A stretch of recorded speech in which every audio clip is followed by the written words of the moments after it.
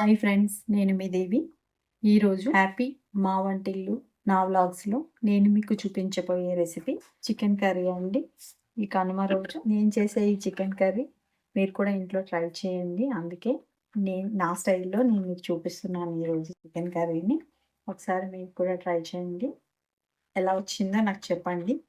ముందుగా నేను 1 కేజీ బోన్స్తో ఉన్న చికెన్ తీసుకున్నానండి. దీన్ని శుభ్రంగా క్లీన్ చేసేసి ఒక వెడల్పాటి గిన్నెలో వేసుకుందాము. దీన్ని మ్యాగ్నేట్ చేసుకుందామండి.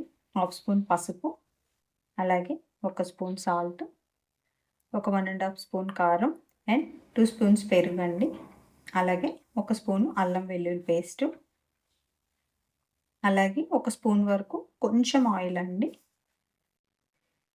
ఇప్పుడు చేత్తో 2 నిమిషాల పాటు మంచిగా కలుపుకుందాం. దీన్ని బాగా ముక్క పట్టేటట్టుగా మంచిగా మ్యాగ్నేట్ చేసుకుందామండి.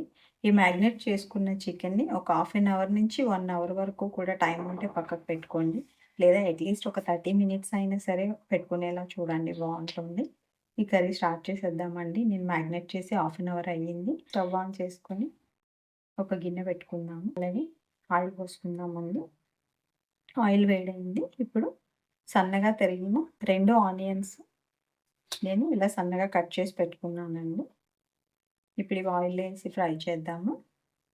ఇప్పుడు దీంట్లో కొంచెం సాల్ట్, ఒక చిటికెడు పసుపు వేసి ఒకసారి పెట్టేసి వేయించుకుందామండి. గోల్డెన్ కలర్ వచ్చే వరకు ఆనియన్స్ని బాగా వేయించుకుందాము.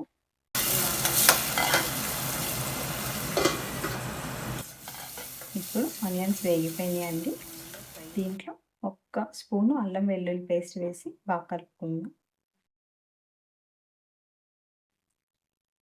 ఇది నీట్గా క్లీన్ చేసుకున్న పెద్ద మెంతి కూర అండి. దీన్ని నేను జస్ట్ అలా క్లీన్ చేసి సన్నగా తరిగి పెట్టాను. చాలా బాగుంటుందండి చికెన్లో మెంతి కూర ఫ్లేవరు. అసలు వేసినట్టు కూడా మీకు తెలియదు, కానీ ఫ్లేవర్ చాలా డిఫరెంట్గా ఉంటుంది. ఒకసారి ట్రై చేయండి. ఇప్పుడు ఇది మంచిగా వేగిపోయిందండి. ఈ మ్యాగ్నేట్ చేసిన చికెన్ని కూడా దీంట్లో వేసేద్దాము. ఒకసారి బాగా కలుపుకుందాము. ఇప్పుడు ఒక 10 నిమిషాలు మూత పెట్టేసి ఉంచేద్దామండి. ఈ చికెన్లో మ్యాగ్నేట్ చేసిన వాటర్తోనే మనకి మొత్తం అంతా వాటర్ వచ్చి దానికి అదే ఉడుకుతూ ఉంది. దీన్ని ఇలానే మూత పెట్టేసి ఉంచేద్దాము. ఇప్పుడు 10 నిమిషాలు అయింది కదండి, ఒక్కసారి చూద్దాము. ఇంకా వాటర్ ఉంది.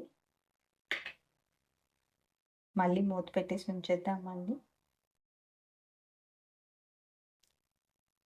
ఈలోపు ఇది ఒక టమాటా అండి. అలాగే గ్రేవీ కోసం ఒక 5-6 జీడిపప్పులు కూడా వేసాను. దీన్ని ఇప్పుడు మెత్తగా గ్రైండ్ చేసుకుందాము. ఓకే, ఒకసారి మూత తీసి చూద్దామండి. ఇంకా చికెన్లో వాటర్ ఇంకిపోయింది.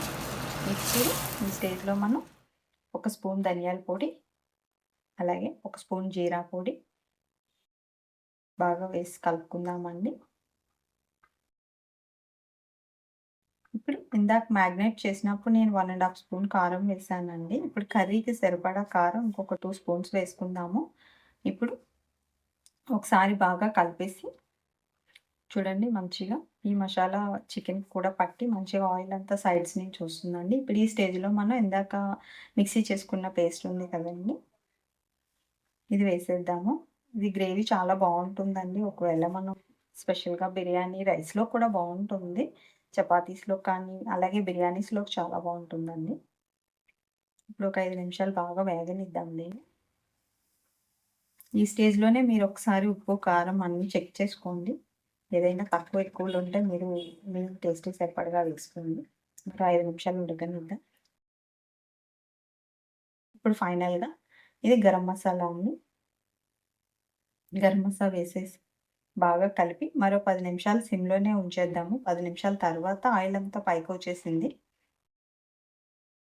చూడండి, ఇది రెడీ అయిపోయింది. ఇప్పుడు ఫైనల్గా కొత్తిమీర వేసుకొని కలిపి మూత పెట్టేసి ఉంచేద్దాము. Stove off చేసేద్దామండి. అంతే, ఎంతో టేస్టీగా ఉండే చికెన్ కర్రీ రెడీ అయిపోయింది. చూడండి ఎంత కలర్ఫుల్గా ఆయిల్ అంతా పైకి వచ్చేసిందో. చాలా చాలా బాగుంటుందండి. ఈ పండగ సీజన్లో ఒక్కసారి ట్రై చేయండి. మీరు కూడా నచ్చితే లైక్ చేయండి, షేర్ చేయండి, అలాగే తప్పకుండా నా ఛానల్ సబ్స్క్రైబ్ చేసి నన్ను ఎంకరేజ్ చేయండి. Thank you.